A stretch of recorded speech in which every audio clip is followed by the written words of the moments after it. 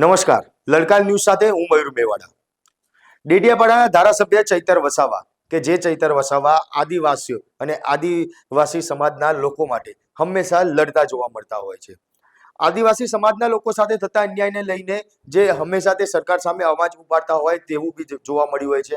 ત્યારે આજે નર્મદા ખાતે જે સંકલન સમિતિની બેઠક યોજાઈ હતી, આ બેઠક દરમિયાન ચૈતર વસાવાએ ફરી એકવાર જે પદાધિકારીઓ છે તે લોકો ઉપર આકરા પ્રહારો કર્યા હતા। તે લોકોએ જે કામ ખરેખર આદિજાતિના જે વિકાસના કામો થવા જોઈએ, તે લોકોના જે બાળકો છે તેમને ભણતર માટેના કામ થવા જોઈએ, તેમના બાળકો જે હોસ્ટેલમાં રહે છે તે હોસ્ટેલમાં જે ફૂડના પૈસા હોય છે તે નથી મળતા, તેના જવાબ માંગવામાં આવ્યા હતા। અને સાથે સાથે નર્મદામાં જે અંતરિયાળ વિસ્તારો છે કે જ્યાં રોડ બનાવવાના કામ પહેલા ચાલુ હતા અને તે કામ અચાનક બંધ કરી દેવામાં આવ્યા હતા, તે બાબતે જવાબ છે તે માંગવામાં આવ્યો હતો। ત્યારે આ જવાબ માંગતા સાથે જ પદાધિકારીઓએ શું કહ્યું અને તેને લઈને ચૈતર વસાવા ફરી એકવાર જે ડેડિયાપાડા અને નર્મદા જિલ્લાના જે પદાધિકારીઓ છે તેમની ઉપર વરસતા શું બોલ્યા તે સાંભળીએ। આજે જિલ્લા કલેક્ટર કચેરી ખાતે જિલ્લાની સંકલન એવં ફરિયાદ નિવારણ સમિતિની બેઠક મળી। આ સંકલન સમિતિની બેઠકમાં સાંસદશ્રી, જિલ્લાના પ્રમુખશ્રી અને અમારા જેવા ધારાસભ્યશ્રીના અનેક લોકહિતના પ્રશ્નો હોય છે, ત્યારે અધિકારીઓ આનો સત્વરે નિરાકરણ લાવે એ અપેક્ષા સાથે અમે સંકલનમાં જતા હોઈએ છીએ। ત્યારે આજે પણ ઘણા પ્રશ્નો જે આગળની સંકલનોમાં અમે મૂક્યા હતા છતાં એનું નિરાકરણ ન આવતા આજની સંકલનોમાં પણ અમારે મૂકવા પડ્યા છે। જેમ કે વન અધિકાર અધિનિયમ અંતર્ગત આજે પણ નર્મદા જિલ્લાના 5360 દાવાઓ પેન્ડિંગ છે। નર્મદા જિલ્લામાં ઘણા એવા ડામરના રસ્તાની કામગીરી ચાલુ હતી, બ્રિજની કામગીરી ચાલુ હતી, વન વિભાગ દ્વારા એમને અટકાવી દેવામાં આવ્યા છે, એમના સાધનો જમા લેવામાં આવ્યા છે, ત્યારે એને પણ સત્વરે ચાલુ કરવામાં આવે જેથી કરીને લોકોને હાલાકી ન પડે એની રજૂઆત આજે મેં કરી છે। નર્મદા જિલ્લામાં આદિજાતિ વિભાગથી સંચાલિત જેટલી પણ છાત્રાલયો છે, આશ્રમ શાળાઓ છે, ત્યાં અભ્યાસ કરતા બાળકોને પૌષ્ટિક આહાર મળે, ગુણવત્તાસભર શિક્ષણ મળે અને રહેવા જમવાની વ્યવસ્થિત સગવડો મળે એની પણ અમે આજે વાત કરી છે। સાથે સાથે નર્મદા જિલ્લામાં જે ડોક્ટરોની ઘટ છે, સ્ટાફ નર્સની ઘટ છે, એવી ઘટ પણ પૂરો કરવામાં આવે અને નર્મદા જિલ્લામાં સબવાહિની નથી તો તમામ તાલુકાઓમાં પણ સબવાહિનીઓ પૂરી પાડવામાં આવે એ પ્રકારની રજૂઆતો આજે થઈ છે।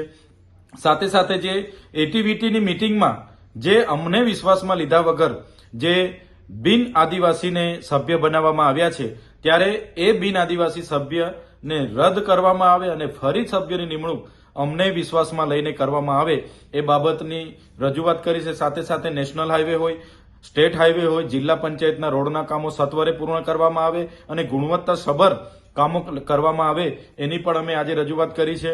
કરજણ ડેમના વિસ્થાપિતો હોય, નર્મદા ડેમના જે 6 જેટલા અસરગ્રસ્ત ગામો છે એમને પણ આજે વળતરથી વંચિત રાખવામાં આવ્યા છે, એમને પણ જમીનોમાં નામ નથી ચડ્યા, એમને પણ એમની જમીનો મળે એ બાબતની પણ અમે ચર્ચાઓ કરી છે। સાથે સાથે નર્મદા જિલ્લો અતિ પછાત જિલ્લો હોય ત્યારે નર્મદા જિલ્લામાં એને આગળ લાવવા માટે કઈ પ્રકારના પ્રયાસો કરવા જોઈએ એની વિશેષ ચર્ચા થઈ છે। ત્યારે ઘણા અધિકારીઓ નર્મદા જિલ્લાના લોકોનો વિકાસ થાય એમાં એમને રસ નથી એવું અમને લાગે છે। ઘણા અધિકારીઓ પોતાની મનમાની કરે છે। આજે પણ કેટલાક અધિકારીઓ ગેરહાજર હતા અને કેટલાક અધિકારીઓ સંકલનમાં કોરમ પૂરું કરવા આવતા હોય એવું અમને લાગે છે। જો સંકલનમાં અમે જેટલા પણ પ્રશ્નો રજૂઆતો કરી છે એનો જો સત્વરે નિરાકરણ નહીં આવશે તો આવનારા દિવસોમાં અધિકારીઓને એમના જેવા જ જવાબો આપવા માટે પણ અમે તૈયાર છે। એમની સામે સરકારને પણ ધ્યાન દોરીશું અને પછી પણ અમારા પ્રશ્નોનું નિરાકરણ અધિકારીઓ નથી લાવતા તો આવનારા દિવસોમાં એમની સામે પણ અમે મોરચો માંડીશું।